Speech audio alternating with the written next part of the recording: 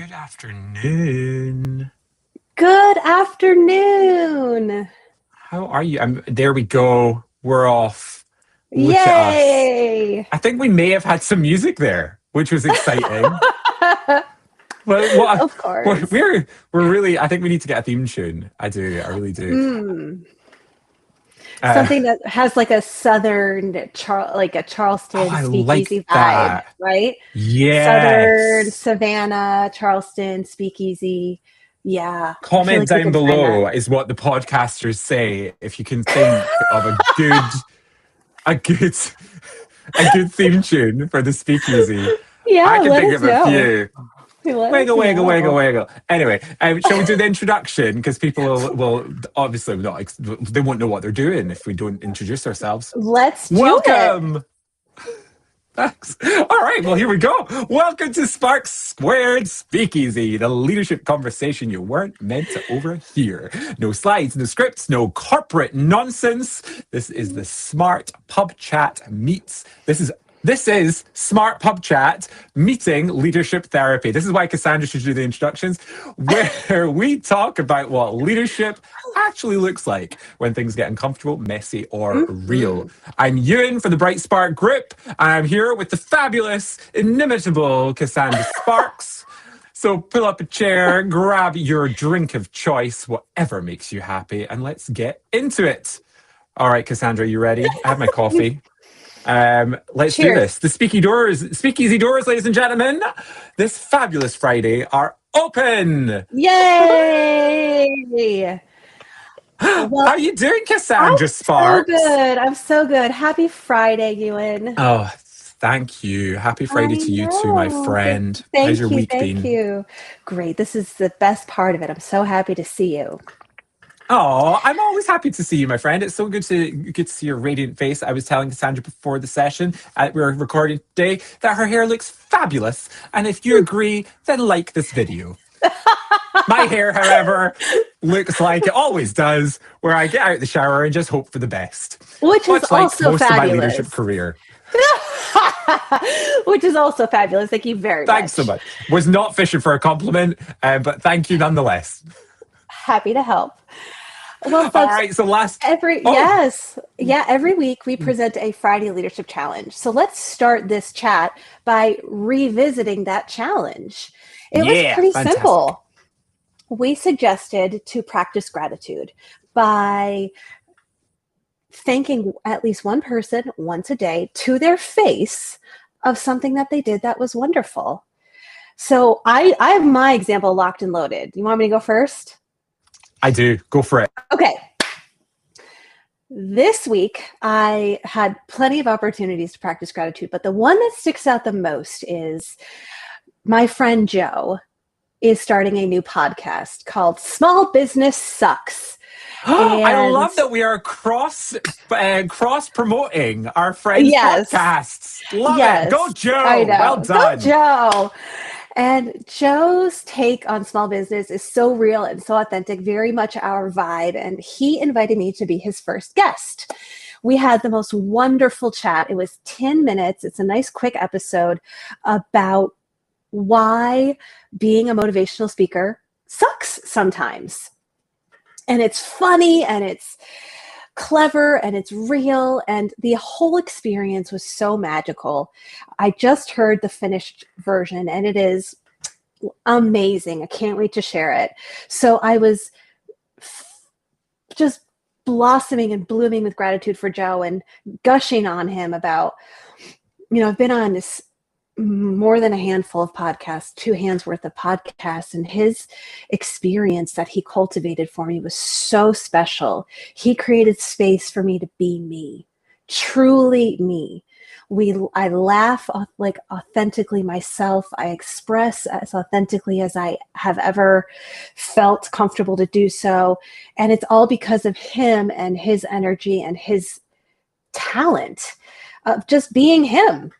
So when I shared all that with him, he was, of course, delighted to hear those things. But it was such a truthful thing for me to say of like, this has been a magical experience, and I'm so grateful for him. I love that. That sounds great. Okay, so we're going to have to drop the link to the podcast down below. So if you want to listen to Joe's podcast, then it's going to be down in the comments, surely, right? We've got to do that. Surely, I have to share that, surely. share that fun. Love it. Fantastic. Yes. Well, Thank thank you you. for sharing that. Thank you, Joe, for Yeah, brightening up our Joe. friend Cassandra's week with your fabulous Mhm. podcast hosting skills. That's Um, right. well, I also embraced our challenge many times this week, actually. I got the opportunity to say thank you quite a lot. I think my biggest opportunity to be able to show gratitude has been in a week filled with onboarding new Bright Spark family, which has been phenomenally fun and exciting and just a whole experience as a business owner that I don't know, maybe I just didn't expect to do it, but I did, and it's been just the best. So I want to publicly say thank you to our latest Bright Spark team members, Laura and the fantastic Angelique. You have held it together. And I know I've said thank you to you many times throughout the week, but this is my big thank you to you. It has been an absolute pleasure welcoming you to our family. And I'm so excited to see all the great things that you're about to do for us and do for our clients, because you are wonderful human beings. And I don't know, this is the first week in a long time where I have genuinely got to the end of the day and been like, oh, okay, this is happening. It's going to be great. So Yes. genuinely, from the bottom of my heart, I'm very thankful for them. And I'm thankful also for our additional team member who's going to be joining us the week after next. So I'm sure I'll be Oh, gratituding it out then too. So yes, big thanks to that's all of our so team. Well, beautiful. we've That's so started beautiful. off our podcast with a very positive little note there. Lots of Hmm. gratitude. And we Indeed. will finish our podcast with another challenge for you all this week. But Mhm. before we do, we're gonna chat a little bit about leadership presence. Kick us off, Cassandra. Why did we decide that we were going to talk about this week? Well, we recently read an article. One of us found it and then shared it with the other. I don't even remember who at this point in this week. But we found this article about leadership presence, and it got us kind of thinking and percolating. So there's some ideas that we pulled from it, and then we wanted to talk about our own experiences about what does leadership presence even mean? What does it look like? What does it not look like? And so let's talk about that. Ooh, So fantastic. yeah. I mean, when we think about presence, sometimes we think about who's commanding the room, but not in an authoritarian way. Because have you ever seen you and someone walk in the room and everyone just like subconsciously sits up straighter? Right. Yeah. And I've always thought that it's definitely a skill that some leaders possess, right? And Mm-hmm. I think when we were having a conversation about this, I definitely felt like there must be something to it. What is Mm-hmm. it that makes people react in that way? I was intrigued. So tell Right. me your thoughts. What are your thoughts on that? Well, so they're not coming in with like some fanfare. There's no announcement. There's no like a magical music. It's just their presence. For me, when I think about presence, it's when people pay attention before you actually like speak or earn it.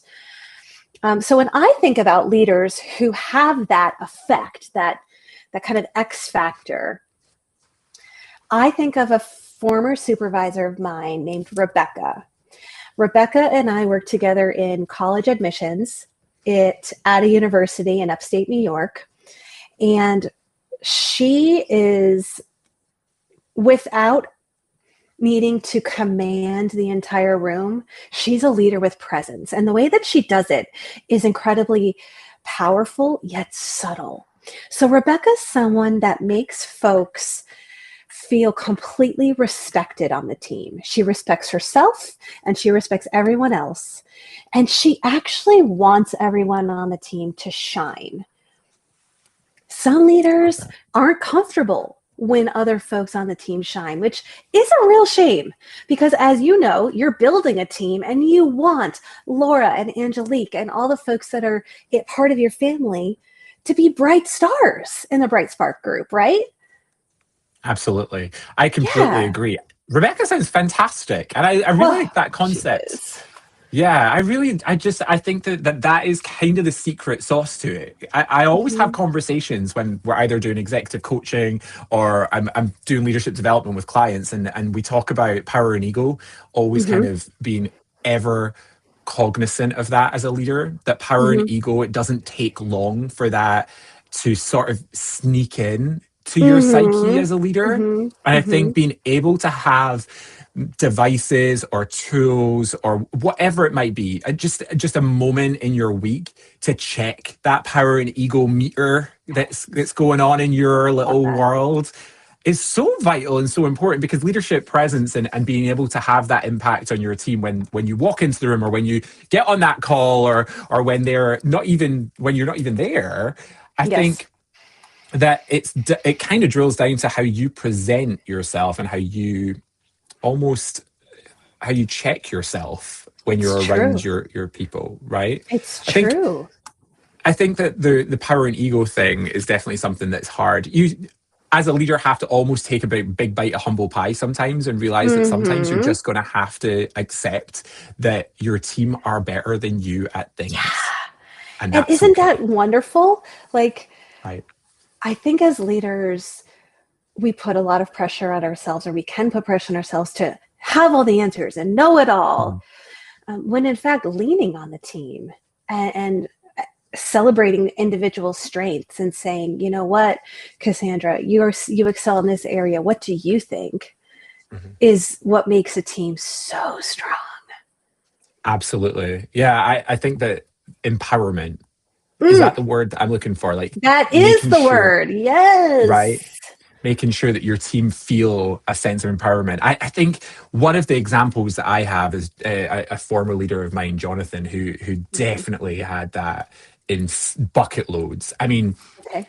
the ability to be able to empower your people by small actions, and sometimes just because of his ability to do it so naturally and without really having to force it or make time for it. It just happened naturally for Mm-hmm. Jonathan, that um he was able to delegate tasks to the right people that he knew were going to either Yes. flourish and shine in that task, or it would push them and drive them to develop themselves or develop their skills.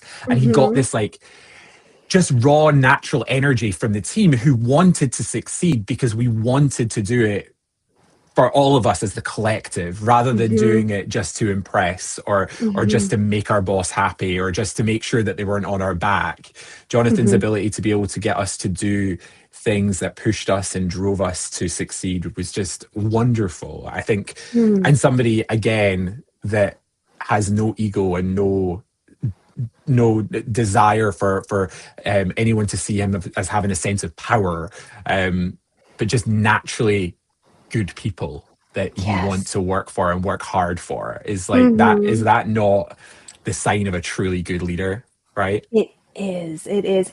You said a word, you, and that made me very excited. And you said working for the collective. And Yeah. I'd like to talk about that for a moment. In my experience, it's easy for us, whether it's in business or in our personal lives, to become individualistic. Um, I think there's been a shift toward that, just on a broader scale. So to Mhm. remember that we are all in this together, and when we work together, things happen easier, better, and we do more, is is a really seemingly simple but important reminder. I couldn't agree more. I think that is something that in this world of immediacy we forget, Yeah. right? Because Yes. we've constantly got something to distract us, Yes. something to pull us away, or our attention away from what truly matters and what's really important. And I think Mm-hmm. that is a leadership skill, right?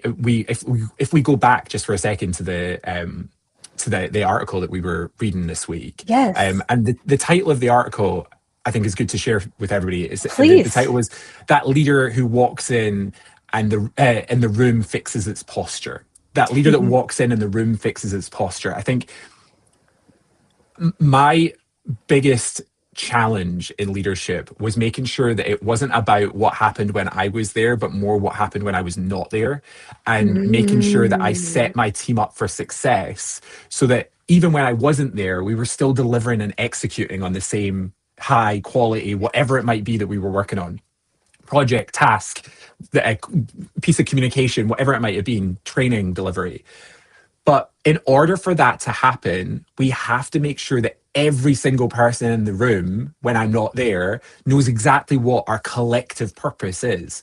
Because if Mm-hmm. we all understand and are truly bought into that collective purpose, whether that is just delivering the best quality training we possibly can for our clients, or whether that's making sure that the projects are completed on deadline, or making sure that we have a super high NPS score or guest satisfaction score in the front desk. Mm-hmm. If everybody's bought into that, the immediacy of the modern world and the distractions that come from being in 2026 shouldn't deviate us too much from that collective mission, that collective goal, whether I'm there or not as the leader, right?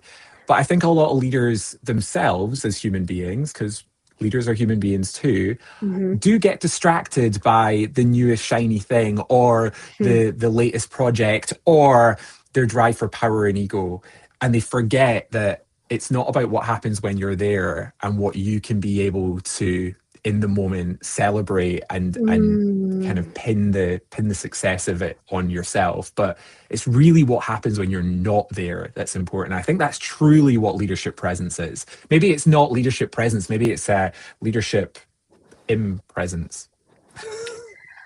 And that, Ewan, is why you are a tremendous leader. I think it's time for our catchphrase. You ready? Oh, I'm ready. I am so Can, ready. can I get a hell yeah? Hell yeah! I love it. Oh my goodness. I did not realize that was the catchphrase, but we are rolling with it. I think I did a Yas Queen to you at some point this week on You a voice did. memo. You And did. as Also soon love as I that did one, by it, the way. thank you very much. I don't think Uh-huh. that'll be a catchphrase, but as soon as I did it, I heard my husband in the other room going, "Did you just Yas Queen someone on a message?" So yeah, there you go. I love a We're all yes about the queen. catchphrase. Yeah, I love a yes queen. So Okay, well, moving on. this is so great. Yeah, this is great. I love this so much. So what makes that happen? What makes this leadership? I'm loving this leadership in presence. It's not about volume. It's not about having height. It's not having that TED Talk voice. So what is it? Yeah, I think that is the eternal question that every leader should be asking themselves, right? Mm-hmm. And I don't think that the answer is the same. And this could be just me. I'm really keen to hear what your thoughts are on this, but I don't think the answer is the same for everybody. I think that it is about your personality. It's about your Mm-hmm. natural behavioral preferences. It's about a lot of things, right? I think for Mm-hmm. every leader, it could be something different. I'm Mm-hmm. a talker, as you can imagine. And I think for me, in my leadership journey, I had to learn that leadership presence was not about being the loudest voice or the Mm-hmm. person who had the right word to say at the right time all the time. But Mm-hmm. leadership presence sometimes for me was about shutting up and just letting my Mm-hmm. team talk and Yes. share and get it out. So I don't know. Yes. What about you? How do you feel about that? Everything you just said, and I'm going to stack on top of it, having a calm energy about about yourself as a leader can be very powerful, and not necessarily rushing through every sentence or thought or project even, because really what that says to me is we're all going to get it done. Mhm. We don't have this, even though if there is a deadline, right? There's always deadlines. Even though there's a deadline, we could still make it happen.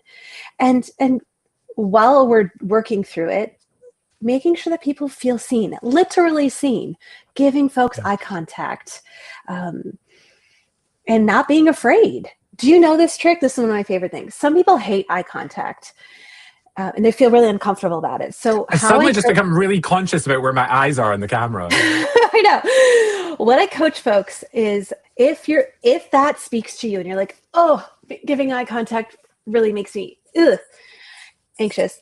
Look at someone right here. So in between the eyes and directly above, kind of like the brows. If you look at someone in that spot and try it in real life, the person you're speaking with will absolutely think that you're giving them strong eye contact, and it takes the pressure off of you as the eye contact giver. So you're not like giving them laser beam focus where you're like, hi. Give it a whirl. I Let love me know that. what you think. I am good. That is great. That's a sub challenge, everybody, for this There you week, go. is to look people in the brow. Look people, I yeah, right here. right in the center of the brow. Get right in there. That's I right. love that. That's a great trick. And do you know what? It's funny because there are times in my life, and I do a lot of talking to a lot of people, as you can imagine, Yes. where I do think, am I staring? I feel like I'm staring at them. And then you start, but then you start doing that shifty eye thing where you're like, okay, I'm gonna Right. look over here. Oh no, that's weird. So I'm gonna look that. No, that's so weird. And then you look back at them, they're like, oh no, they're looking at me. It's really hard being a human. Oh, you're right. Tough. It I love is. that. Thank you for the tip. Very nice. Well, I like that. I think that there's a lot of other skills and things that Mm-hmm. we need to kind of learn as leaders, especially when we're starting out in our leadership career. How we show that presence without it being overbearing or Mm-hmm. being dominant, and putting people off or turning people off. So Mm-hmm. I think one of the things that I really, so shutting up is a big problem for me, as you can tell. But I think asking the right questions and not always Mm-hmm. having the answers, right? Being secure enough to admit that that is the case, that we don't have all the answers all the time as leaders. And I think that it almost is a byproduct of that behavior of not knowing the Mm-hmm. answers, because you then Mm-hmm. have the ability to be able to give other people a voice, and you have the ability to be able to hear perspectives that maybe are not your own. If we did a little bit more of that in the world, I think that it would be a happier, rosier place sometimes. Like just taking a moment to sit and Yes. hear the other side, and know that in that conversation you may not necessarily agree, but at least you can understand. And it is that list, as a leader, showing up and being present enough to take a moment to step back and just understand. Mm-hmm. That's it. You don't need to correct, or you don't need to force your opinion down your team's throat. Just Mm-hmm. understand for a minute, and then Yes. as a leader, guide and lead and redirect if required. Mm-hmm. And I think that that is Mm-hmm. a tremendous skill for leadership presence, is not always having the answer. Absolutely. And what makes me think about sitting with silence and being comfortable with that, it's silence is kind of inherently uncomfortable. Mm. And when we can get comfortable sitting in silence, knowing that as a leader, you don't have to fill every pause, Mm. allowing the people on your team to take up space and share their thoughts, I think some of that fear can come from imposter syndrome, where we're like, oh gosh, I really don't know. I don't know all the answers. And that makes me feel small or sad or whatever the adjective is. Mhm. And if we can come to terms with the fact that we are authentic human beings that make mistakes all day long, whether we mean to or not, it's just part of the human experience. We can come to terms with that and come to terms with the fact that it's okay not to have the answers as a leader. Yeah. Then I think it's being really secure. It almost counteracts and it's like the antidote to imposter syndrome, to Yeah. say it's okay that I don't have the answers, leaning on other people. And then being secure in that can kind of take some of that imposter syndrome away. Right. What Absolutely. a relief that is. Huge weight off your shoulder. I think once you've done it like two or three times and you realize the positive impact that it has, you start to become, it's like, it's a no-brainer, right? It's Mm-hmm, just, mm-hmm.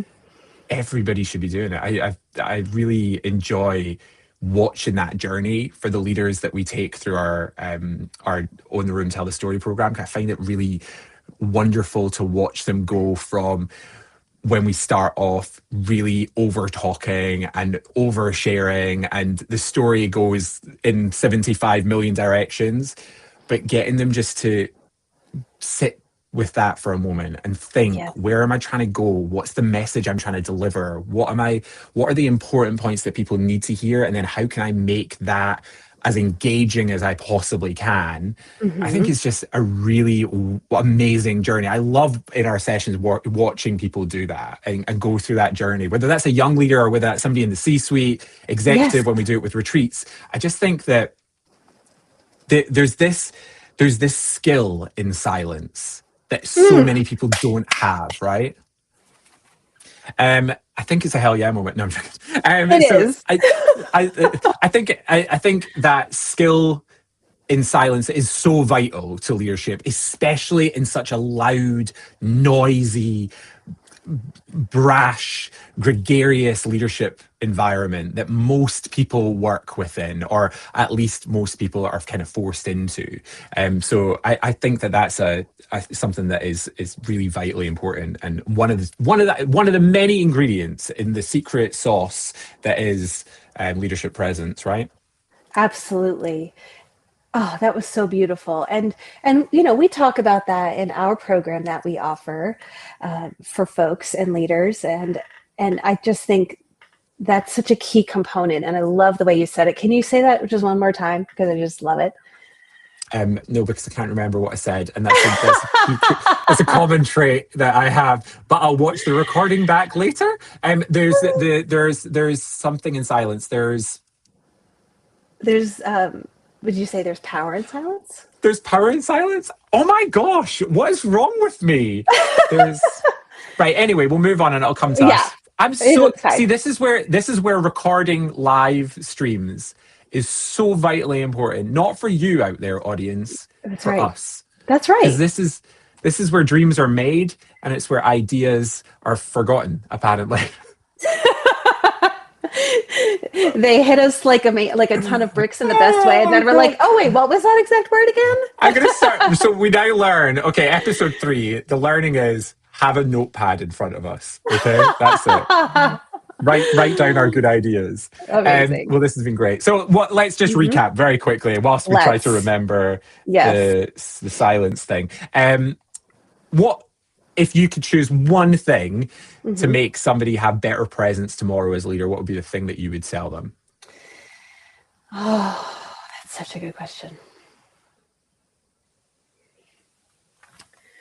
Lean into who you are, lean into your strengths, and take an assessment of where you need to grow. And know that those areas of growth are not weaknesses. Oh, no, no. Those areas of growth show confidence, show desire to improve, show leadership presence. Because when a leader grows, the whole team can grow as well. I love that. Thank you for sharing it. Appreciate What that. about you? What do you think? Um, Shut up. Yeah, Not to you. I yeah, would say that's my yes. number one thing. I would say just shut up. Stop talking for a minute. Let's Hmm. let's listen to understand and Hmm. remember that there is power in silence. Yes, Was that it? Was absolutely. it power in That silence? I'm pretty I sure it was think power in I like silence. I it. think it was Power and that. silence. Yeah, that's what it's going to be now. I love it. Yeah, it is now until we Yeah. watch the recording back. Well, thank you so much. I think this has been a great chat. And I think the leadership presence is something that we are always talking about with our clients, especially when we're Hmm. delivering the workshop Yes. on the room, tell your story. And if anybody would like to know more about what we do with our clients in that program, it is all about leadership presence. It's all about presentation skills. It's all about storytelling. And of course, Cassandra Sparks is there. So it's all about owning your boldness journey, being bold, That's right. bringing that Be boldness out in you. bold and authentic. Those are the strongest leaders. Folks who Absolutely. can embrace the boldness without being feeling like they're the superhero, right? Because I Right. think a great leader can share that power, share that the responsibility Hmm. whenever Yeah. they can. Fantastic. Because yeah, yeah. So I think if you want better presence tomorrow, you could talk 10% slower because we tend to get really, when you get Yeah. excited, we tend to talk fast. Use pauses as powerful moments. Because what happens when we pause is people tend to lean in and take a moment and like pay attention. And so you've gathered everyone's energy back and their attention back when you can use pauses powerfully. It's the Rocky Horror effect, right? What's that? Oh, you know the Rocky Horror Picture Show, right? Rocky Horror Picture Show. Tell folks that might not know. You know the song. Anticipation. Yeah. Okay, so Perfect example. perfect example. Good, fantastic. And and if anyone would like me to sing at them, then I can do it, and I don't charge very much for that experience. So feel free to reach out, DM us. It's a little side hustle I got going on. Might start Cameo. There you go. All right, we are about to close our speakeasy doors then for the week. But before you go, here is our Friday Courage Challenge. This week, we're going to challenge you to think about something that you can do to shift your presence as a leader. It could be small. It could make you feel or appeal to your team more, be more credible. No posting, no performing, just one brave move that you make because you're leading on purpose. Maybe even, Cassandra, they could just shut up. That could be it. Absolutely. Maybe just stop talking maybe one meeting and just listen and see what happens. Maybe that might be the way that you do your challenge this week. Anyway, your Friday Courage Challenge, that's what it is. Find a way to shift your presence. If this conversation has sparked something for you, share it with someone who needs a seat at our Speakeasy table. We will see you back here next Friday. Same Speakeasy, same fabulous Sparks. Yay. Thank you all so much for joining us. Have a great day. Enjoy your weekend. Yes. Bye, Cassandra. Bye, you.